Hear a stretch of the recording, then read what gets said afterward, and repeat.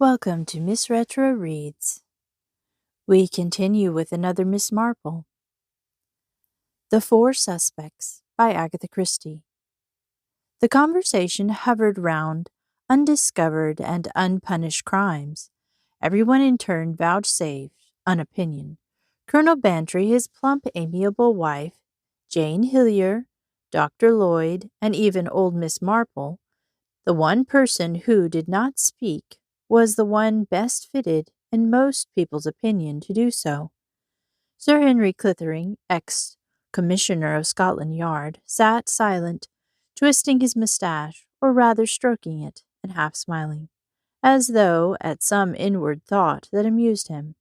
"Sir Henry," said Mrs. Bantry at last, "if you don't say something, I shall scream.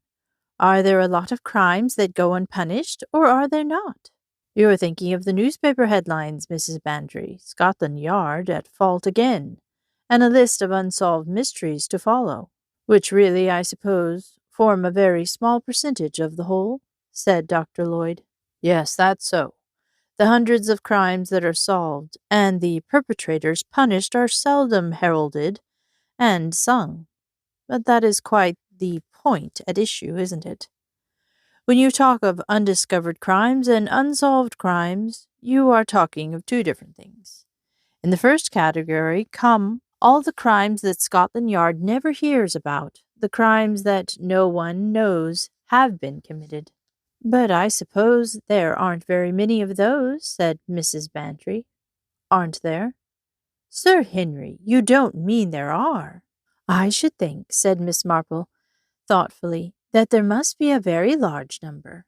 The charming old lady, with her old-world, unruffled air, made her statement in a tone of the utmost placidity. "My dear Miss Marple," said Colonel Bantry. "Of course," said Miss Marple, "a lot of people are stupid, and stupid people get found out, whatever they do. But there are quite a number of people who aren't stupid, and one shudders to think of what they might accomplish unless they had very strong-rooted principles." "Yes," said Sir Henry, "there are a lot of people who aren't stupid. How often does some crime come to light simply by reason of a bit of unmitigated bungling? And each time one asks oneself the question, if this hadn't been bungled, would anyone ever have known?" "But that's very serious, Clithering," said Colonel Bantry, "very serious indeed." "Is it?" "What do you mean, is it? Of course it's serious." "You say crime goes unpunished, but does it? Unpunished by the law, perhaps. But cause and effect works outside the law. To say that every crime brings its own punishment is by way of being a platitude. And yet, in my opinion, nothing can be truer." Perhaps," said Colonel Bantry, "but that doesn't alter the seriousness, the seriousness?" He paused, rather at a loss. Sir Henry Clithering smiled. 99 people out of 100 are doubtless your way of thinking," he said. "But you know, it isn't really guilt that is important. It's innocence. That's the thing that nobody will realize." "I don't understand," said Jane Hillier. "I do," said Miss Marple. "When Mrs. Trent found half a crown missing from her bag, the person it affected most was the Daly woman, Mrs. Arthur. Of course, the Trents thought it was her, but being kindly people and knowing she had a large family and a husband who drinks, well, they naturally didn't want to go to extremes. But they felt differently towards her, and they didn't leave her in charge of the house when they went away, which made a great difference to her, and other people began to get a feeling about her too. And then it suddenly came out that it was the governess. Mrs. Trent saw her through a door reflected in a mirror. The purest chance, though I prefer to call it providence. And that, I think, is what Sir Henry means. Most people would be only interested in who took the money, but it turned out to be the most unlikely person, just like in detective stories. But the real person it was life and death to was poor Mrs. Arthur, who had done nothing. That's what you meant, wasn't it, Sir Henry? Yes, Miss Marple, you've hit off my meaning exactly. Your charwoman person was lucky. In that instance, you relate. Her innocence was shown, but some people may go through a lifetime crushed by the weight of a suspicion that is really unjustified. Are you thinking of some particular instance, Sir Henry? Asked Mrs. Bantry shrewdly. As a matter of fact, Mrs. Bantry, I am. A very curious case. A case where we believe murder to have been committed, but with no possible chance of ever proving it. Poison, I suppose, breathed Jane. Something untraceable. Dr. Lloyd moved restlessly, and Sir Henry shook his head. No, dear lady, not the secret arrow poison of South American Indians. I wish it were something of that kind. We have to deal with something much more prosaic. So prosaic, in fact, that there is no hope of bringing the deed home to its perpetrator. An old gentleman who fell downstairs and broke his neck. One of those regrettable accidents which happens every day. But what really happened? Who can say? Sir Henry shrugged his shoulders. A push from behind? A piece of cotton or a string tied across the top of the stairs and carefully removed afterwards. That we shall never know. But you do think that it, wasn't an accident. Now why? Asked the doctor. That's rather a long story, but yes, we're pretty sure. As I said, there's no chance of being able to bring the deed home to anyone. The evidence would be too flimsy. But there's the other aspect of the case, the one I was speaking about. You see, there were 4 people who might have done the trick. One's guilty, but the other 3 are innocent, and unless the truth is found out, those 3 are going to remain under the terrible shadow of doubt. I think, said Mrs. Bantry, that you'd better tell us your long story. I needn't make it so very long after all, said Sir Henry. I can at any rate condense the beginning. That deals with German secret society, the Schwartz hand. Something after the lines of the Camorra, or what is most people's idea of the Camorra, a scheme of blackmail and terrorization. The thing started quite suddenly after the war and spread to an amazing extent. Numberless people were victimized by it. The authorities were not successful in coping with it, for its secrets were jealously guarded, and it was almost impossible to find anyone who could be induced to betray them. Nothing much was ever known about it in England, but in Germany it was having a most paralyzing effect. It was finally broken up and dispersed through the efforts of one man, a Dr. Rosen, who had at one time been very prominent in Secret Service work. He became a member, penetrated its innermost circle, and was, as I say, instrumental in bringing about its downfall. But he was in consequence a marked man, and it was deemed wise that he should leave Germany, at any rate for a time. He came to England, and he had letters about him from the police in Berlin. He came and had a personal interview with me. His point of view was both dispassionate and resigned. He had no doubts of what the future held for him. They will get me, Sir Henry, he said. Not a doubt of it. He was a big man with a fine head and a very deep voice, with only a slight guttural intonation to tell of his nationality. That is a foregone conclusion. It does not matter. I am prepared. I faced the risk when I undertook this business. I have done what I set out to do. The organization can never be gotten together again, but there are many members of it at liberty, and they will take the only revenge they can, my life. It is simply a question of time, but I am anxious that time should be as long as possible. You see, I am collecting and editing some very interesting material, the result of my life's work. I should like, if possible, to be able to complete my task. He spoke very simply, with a certain grandeur which I could not but admire. I told him we would take all precautions, but he waved my words aside.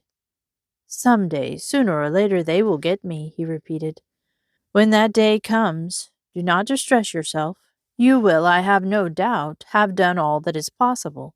He then proceeded to outline his plans, which were simple enough. He proposed to take a small cottage in the country where he could live quietly and go on with his work. In the end, he selected a village in Somerset, Kingsnayton, which was 7 miles from a railway station and singularly untouched by civilization.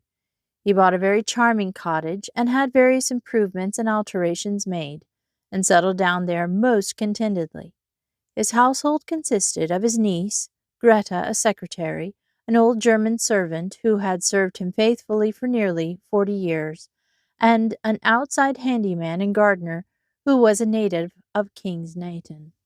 "The four suspects," said Dr. Lloyd softly. "Exactly. The four suspects.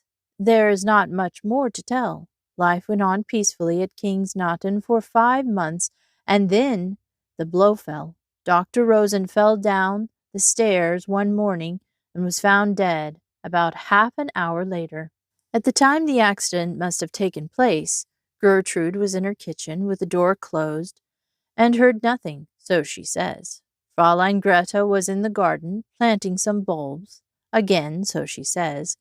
The gardener Dobbs was in the small potting shed having his elevensies, so he says, and the secretary was out for a walk, and once more there is only his own word for it. No one had an alibi. No one can corroborate anyone else's story. But one thing is certain. No one from outside could have done it, for a stranger in the little village of Kingsnayton would be noticed without fail. Both the back and the front doors were locked, each member of the household having his own key. So you see, it narrows down to those four, and yet each one seems to be above suspicion. Greta, his own brother's child, Gertrude, with 40 years of faithful service, Dobbs, who had never been out of Kingsnayton, and Charles Templeton, the secretary.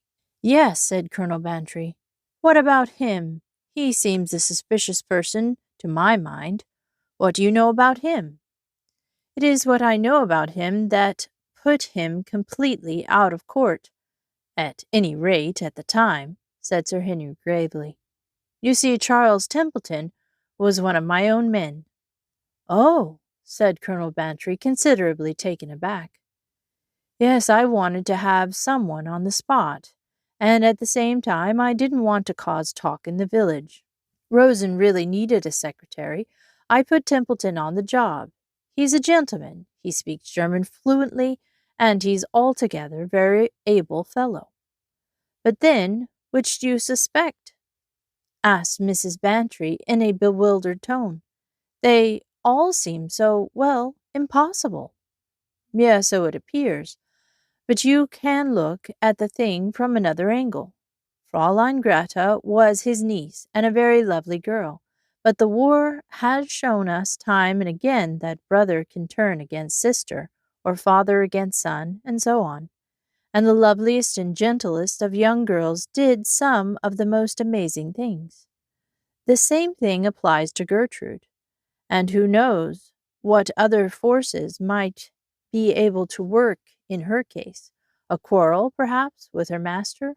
A growing resentment, all the more lasting because of the long, faithful years behind her. Elderly women of that class can be amazingly bitter sometimes. And Dobbs, was he right outside it because he had no connection with the family? Money will do much. In some way, Dobbs might have been approached and bought. For one thing seems certain. Some message or some order must have come from outside. Otherwise, why 5 months' immunity? No, the agents of the society must have been at work. Not yet sure of Rosen's perfidy, they delayed till the betrayal had been traced to him beyond any possible doubt, and then, all doubts set aside, they must have sent their message to the spy within the gates, the message that said, "Kill." "How nasty," said Jane Hillier, and shuddered. But how did the message come? That was the point I tried to elucidate, the one hope of solving my problem. One of those four people must have been approached or communicated with someone in some way. There would be no delay. I knew that. As soon as the command came, it would be carried out. That was a peculiarity of the Schwartz hand. I went into it in a way that will probably strike you as being ridiculously meticulous. Who had come to the cottage that morning? I eliminated nobody. Here is the list. He took an envelope from his pocket and selected paper from its contents. The butcher, bringing some neck of mutton, investigated and found correct. The grocer's assistant, bringing a packet of corn flour, 2 pounds of sugar, a pound of butter, and a pound of coffee, also investigated and found correct. The postman, bringing 2 circulars for Fraulein Rosen, a local letter for Gertrude, and 3 letters for Dr. Rosen, 1 with a foreign stamp, and 2 letters for Mr. Templeton, 1 also with a foreign stamp. Sir Henry paused and then took a sheaf of documents from the envelope. It may interest you to see these for yourself. They were handed me by various people concerned or collected from the waste paper basket. I need hardly say they've been tested by experts for invisible ink. No excitement of that kind is possible. Everyone crowded round to look. The catalogues were, respectively, from a nurseryman and from a prominent London fur establishment. The 2 bills addressed to Dr. Rosen were a local one for seeds for the garden and one from a London stationery firm. The letter addressed to him ran as follows: "My dear Rosen, just back from Dr. Helmuth's baths.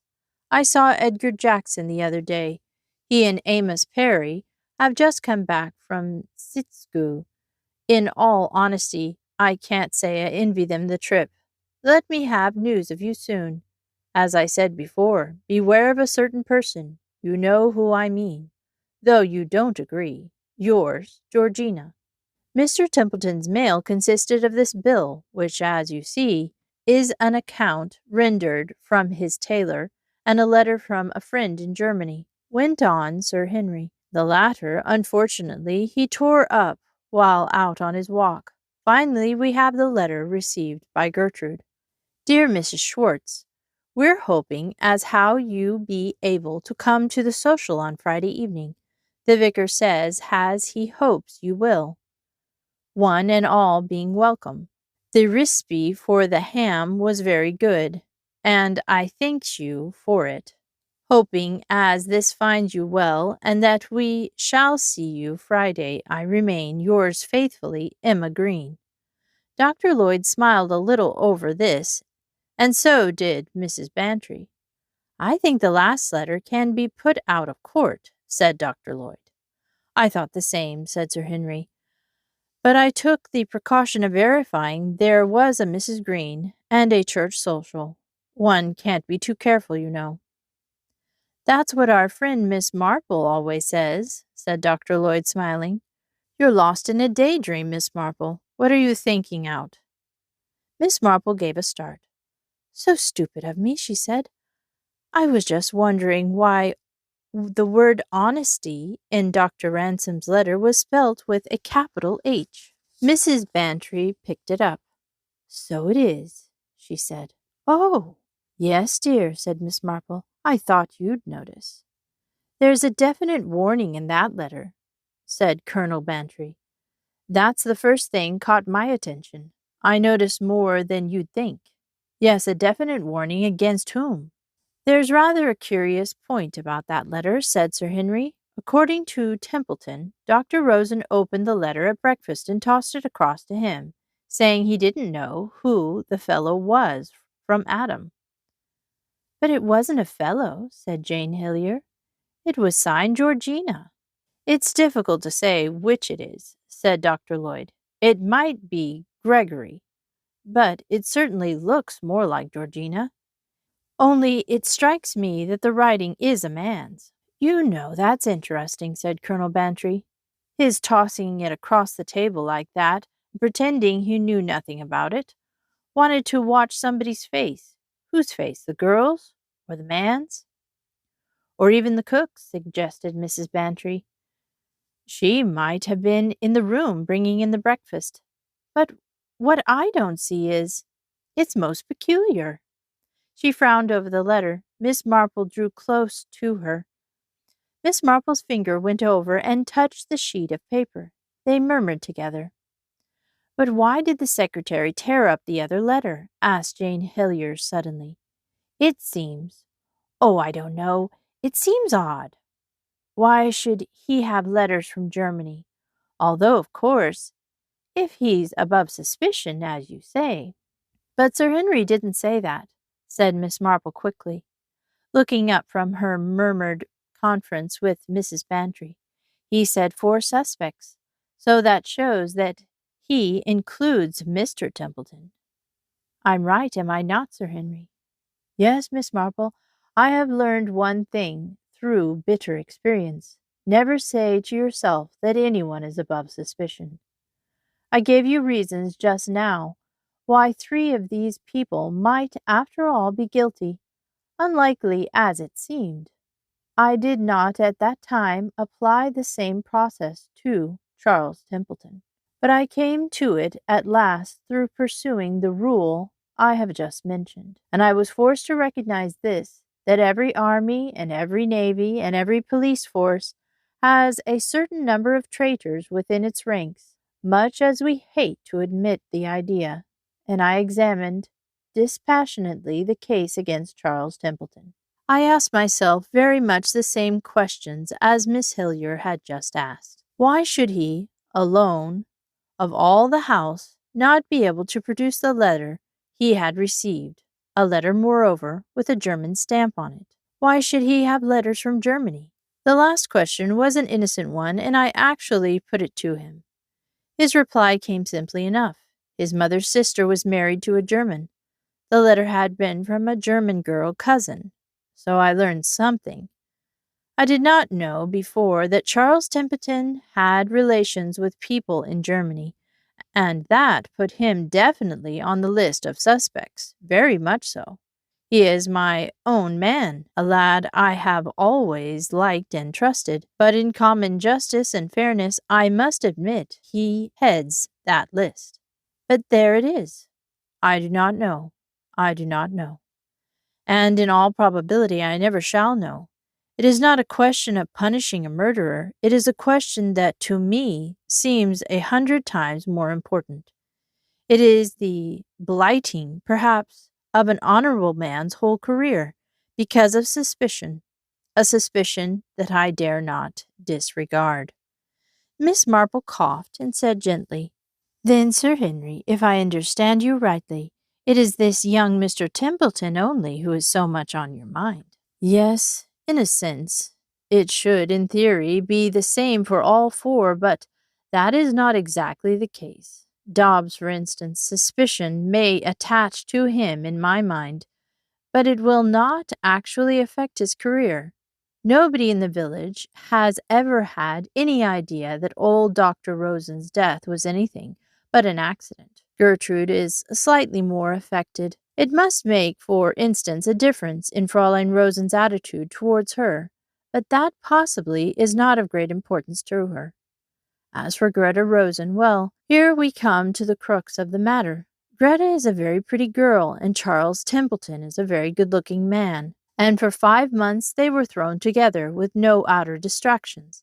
The inevitable happened. They fell in love with each other, even if they did not come to the point of admitting the fact in words. But then the catastrophe happened. It is 3 months ago now, and a day or 2 after I returned, Greta Rosen came to see me. She had sold the cottage and was returning to Germany, having finally settled up her uncle's affairs. She came to me personally, although she knew I had retired, because it was really about a personal matter she wanted to see me. She beat about the bush a little, but at last it all came out. What did I think? The letter with the German stamp. She had worried about it and worried about it. The one Charles had torn up. Was it all right? Surely it must be all right. Of course she believed his story, but oh, if she only knew.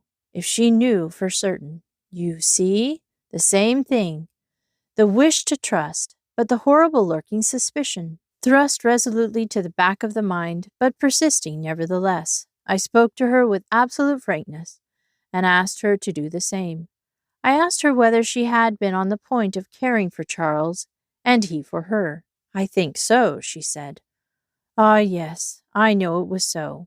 We were so happy. Every day passed so contentedly. We knew. We both knew.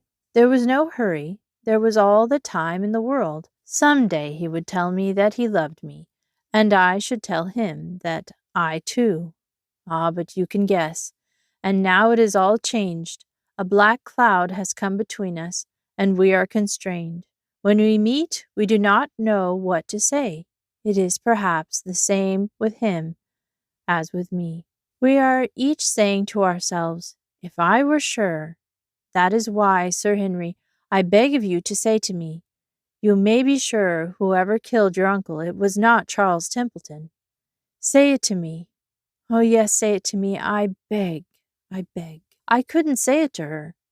You'll drift farther and farther apart, those two with suspicions like a ghost between them, a ghost that can't be laid. He leaned back in his chair. His face looked tired and gray. He shook his head once or twice, despondently. And there's nothing more can be done unless— He sat up straight again, and a tiny whimsical smile crossed his face. Unless Miss Marple can help us. Can't you, Miss Marple? I've a feeling that letter might be in your line, you know. The one about the church social.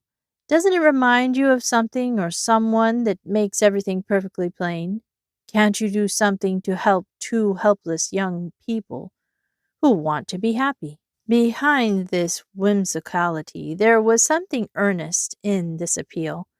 He had come to think very highly of the mental powers of this frail, old-fashioned maiden lady.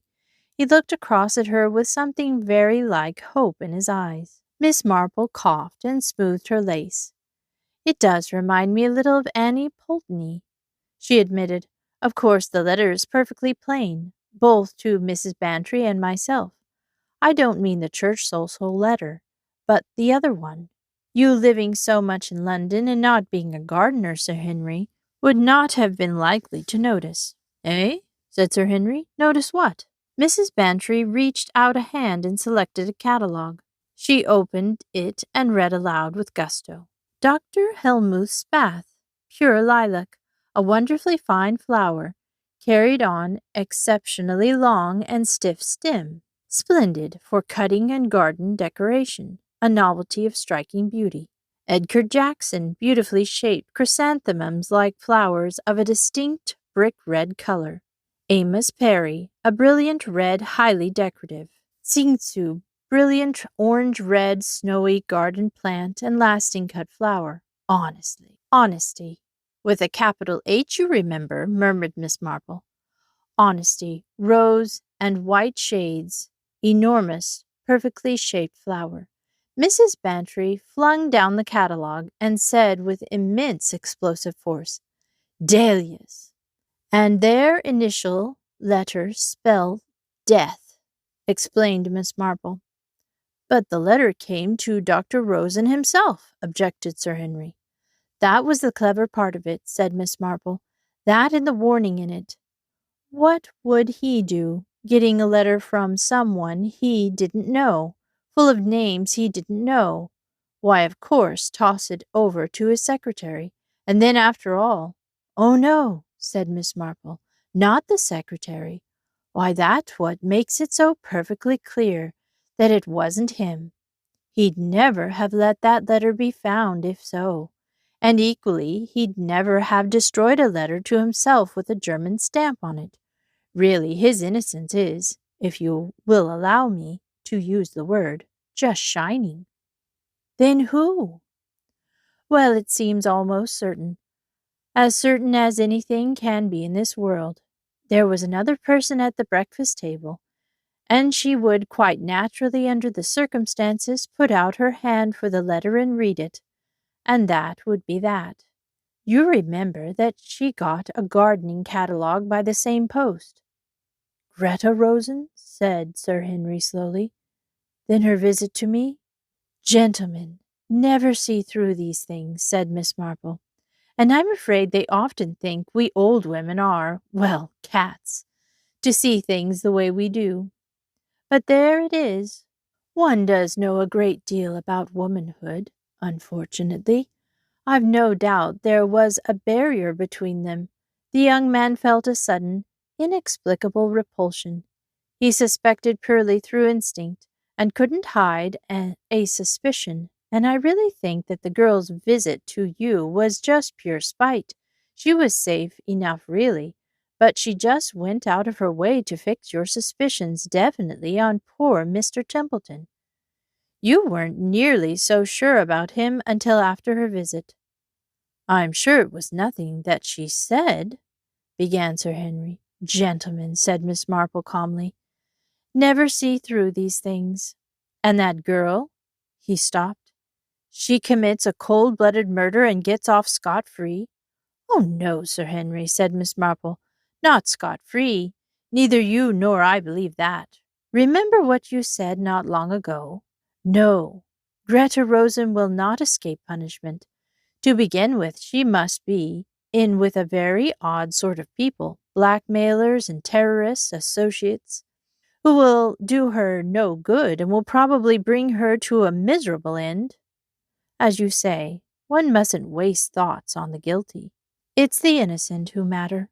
Mr. Templeton, who I dare say will marry the German cousin, is tearing up the letter.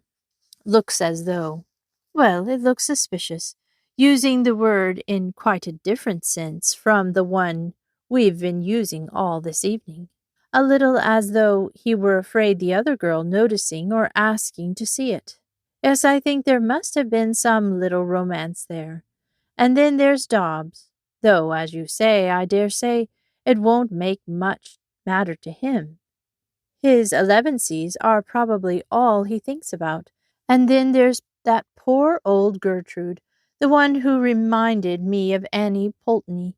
Poor Annie Pulteney, 50 years' faithful service and suspected of making away with Miss Lamb's will, though nothing could be proved, almost broke the poor creature's faithful heart. And then after she was dead, it came to light in the secret drawer of the tea-caddy, where old Miss Lamb had put it herself for safety. But too late then for poor Annie. That's what worries me so about the poor old German woman. When one is old, one becomes embittered very easily. I felt much more sorry for her than for Mr. Templeton, who is young and good-looking and evidently a favorite with the ladies. You will write to her, won't you, Sir Henry, and just tell her that her innocence is established beyond doubt. Her dear old master dead, and she no doubt brooding and feeling herself suspected of. Oh, it won't bear thinking about. I will write, Miss Marple, said Sir Henry. He looked at her curiously. You know, I shall never quite understand you. Your outlook is always a different one from what I expect. My outlook, I'm afraid, is a very petty one, said Miss Marple, humbly. I hardly ever go out of St. Mary Mead. And yet you have solved what may be called an international mystery, said Sir Henry. For you have solved it. I'm convinced of it. Miss Marple blushed, then bridled a little. I was, I think, well educated for the standard of my day. My sister and I had a German governess, a Fraulein, a very sentimental creature.